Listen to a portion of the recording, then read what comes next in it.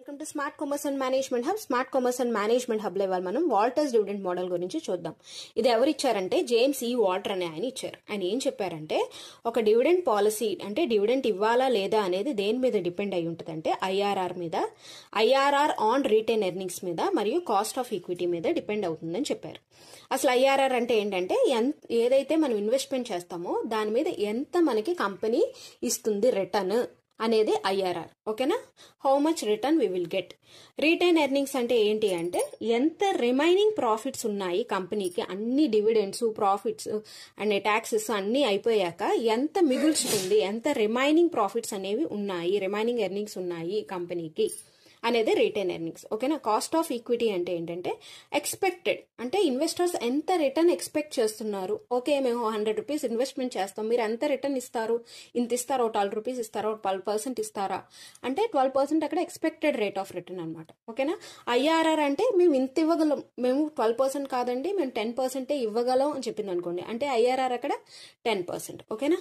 Company ఏం చేస్తా అంటే ముందే అనుకుంటుంది డివిడెంట్ ఇవ్వకుండా ఒకవేళ మనం ప్రాఫిట్స్ అన్ని మనం ఉంచేసుకుని రిటైన్ చేసేసుకుని దాన్ని రీఇన్వెస్ట్మెంట్ చేస్తే మనకి అదర్ కంపెనీస్ ఎంత ఐఆర్ఆర్ ప్రొవైడ్ చేస్తాయని అనలైజ్ చేస్తుంది, రీసెర్చ్ చేస్తుంది.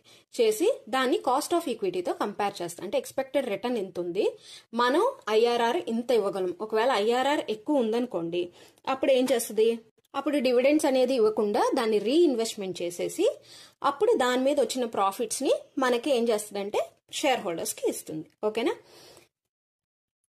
ఇప్పుడు షేర్ ప్రైస్ కి మనకి మరియు డివిడెండ్ పాలసీకి ఉన్న రిలేషన్ ఏంటో చూద్దాం.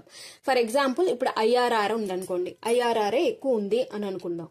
అప్పుడు ఏం చేస్తుందంటే వాల్యూ ఆఫ్ ద ఫర్మ్ ఏమవుతుందంటే ఆటోమేటిక్ గా రిటర్న్స్ అనేవి ఎక్కువ ఇస్తుంది. అవునా? ఐఆర్ఆర్ ఎక్కువ ఉంది అంటే రిటర్న్స్ అనేవి ఎక్కువ ఇస్తుంది. ఆటోమేటిక్ గా ఏమవుతుంది, ప్రైస్ ఆఫ్ ద షేర్ కూడా పెరిగిపోతుంది. ఇందులో వాల్టర్స్ డివిడెండ్ మోడల్లో ఏం చెప్పారంటే డివిడెండ్ పాలసీ అనేది ప్రైస్ ఆఫ్ ద షేర్ ని ఎఫెక్ట్ చేస్తుంది. రిటర్న్ ఎక్కువ ఇస్తున్నారంటే అక్కడ ప్రైస్ ఎక్కువ పే చేయాలి. ఓకేనా? చూడండి, ఆర్ ఈజ్ గ్రేటర్ దాన్ కే అంటే ఐఆర్ఆర్ కనుక ఎక్కువ ఉందనుకోండి అప్పుడు రిటైన్ ఎర్నింగ్స్ ఇంకా డివిడెండ్స్ ఇవ్వదన్నమాట, ఉంచేసుకుంటది, ఇవ్వకుండా రీఇన్వెస్ట్మెంట్ చేస్తుంది. అలా అప్పుడు దాన్ని గ్రోత్ ఫోమ్ అంటారు, ఎందుకంటే ఐఆర్ఆర్ ఎక్కువ ఉంది కాబట్టి. ఆర్ ఈజ్ ఈక్వల్ టు కే అంటే cost of equity expected return మనం ఇచ్చే రిటర్న్ అంటే మనం ఎంత ఇస్తున్నామో అది ఈక్వల్ గా ఉందనుకోండి అంటే ఏంటంటే నార్మల్ ఫోమ్ అనమాట. అంటే ఐఆర్ఆర్ వల్ల షేర్ ప్రైస్ ఏమీ ఐఆర్ఆర్ వల్ల కానీ కేఈ వల్ల కానీ ఎఫెక్ట్ ఏమీ లేదు ప్రైస్ మీద, ప్రైస్ ఆఫ్ ద షేర్ మీద. అలా కాకుండా ఐఆర్ఆర్ కన్నా ఓకేనా కేఈ కాస్ట్ ఆఫ్ ఈక్విటీ ఎక్కువ ఉందనుకోండి అంటే ఎక్స్పెక్టెడ్ రిటర్న్ ఎక్కువ ఉంది, ఫర్మ్ అనేది డిక్లైనింగ్ ఫర్మ్ అంటే మనం రిటైన్ చేయకుండా